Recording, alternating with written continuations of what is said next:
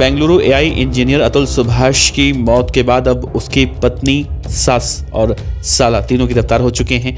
लेकिन जैसे ही आरोपियों से पूछताछ हो रही है, आरोपी कई चौंकाने वाले खुलासे कर रही हैं और अब अतुल सुभाष के भाई विकास ने साफ तौर से मांग की है कि उनको उनके भतीजे को सौंपा जाए, क्योंकि इस पूरे मामले में भतीजा कहीं नजर नहीं आ रहा है। इस मामले में और भी कई खुलासे हुए हैं, जैसे कि अतुल सुभाष की पत्नी निकिता 40,000 रुपए महीने की किराए वाली पीजी में रहना चाहती थी और अब पूरी तरह से वो फंस चुकी है। तो अतुल सुभाष की पत्नी ने क्या कुछ नई जानकारी पुलिस की पूछताछ में बताई है, आज के इस वीडियो में बताएंगे।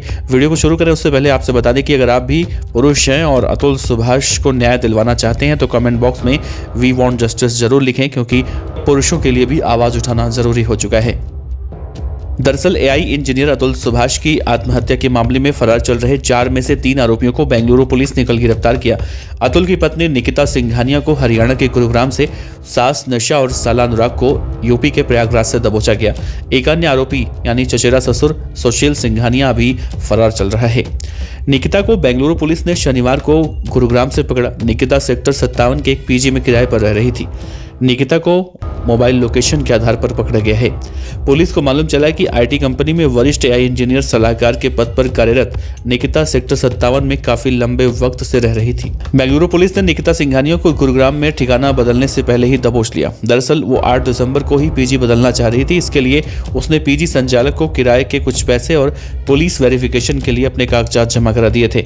उसमें 9 या 10 दिसंबर को शिफ्ट होने के लिए कहा गया था। इसी बीच 9 दिसंबर को ही अतुल सुभाष ने खुदकुशी कर ली और वो दूसरे पीजी में शिफ्ट नहीं हो पाई। 8 दिसंबर को वो हांगकांग बाजार के समीप एक लग्जरी पीजी में पहुंची। पीजी के केयरटेकर सूरज ने बताया कि निकिता को रहने के लिए एक कमरा चाहिए था।